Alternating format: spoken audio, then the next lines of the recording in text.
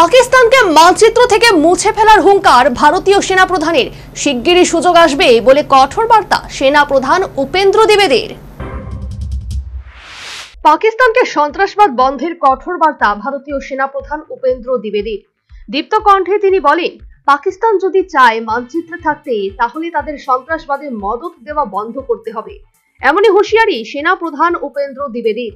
পাশাপাশি তিনি স্পষ্ট জানালেন, অপারেশন সিঁদুরে শেষ পর্যন্ত নয়াদিল্লি অব্যাহতি দিলেও পরবর্তী সময়ে আর তেমন কিছু হবে না।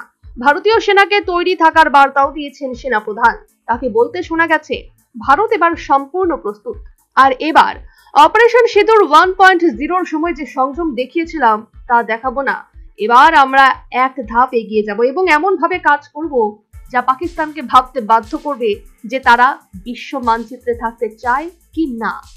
সেই সঙ্গে সেনার প্রতি তার বার্তা, নিজেদের প্রস্তুত রাখুন, ঈশ্বর চাইলে সুযোগ শিগগিরই আসবে। অপারেশন সিঁদুরের পরও সন্ত্রাসবাদে মদত দেওয়া বন্ধ করেনি পাকিস্তান। সীমান্তে এখনো সমান তালে চলছে অনুপ্রবেশের চেষ্টা। সেনা প্রধান উপেন্দ্র দ্বিবেদী আগেই এমন দাবি করেছিলেন, জানিয়েছিলেন অপারেশন সিঁদুর গত 10ই মে শেষ হয়নি। 10ই মের পরও সবার অলক্ষ্যে লড়াই চলছে। গত 22 এপ্রিল পেহেলগামে 26 নিরস্ত্রকে হত্যা করে লস্করের জঙ্গি সংগঠন TRF এর 4 জঙ্গি।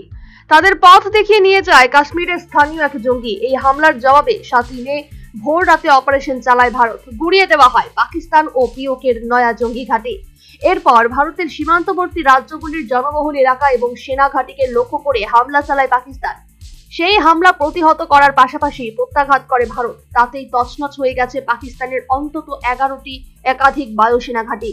জানা গেছে, এ পর্যন্ত ভারতীয় সেনার অভিযানে নিহত হয়েছে 100 জনের বেশি জঙ্গি ও 35 থেকে 40 জন পাক সেনা। শেষ পর্যন্ত ইসলামাবাদের মিনতিতে সংঘর্ষ বিরতিতে রাজি হয় নয়াদিল্লি।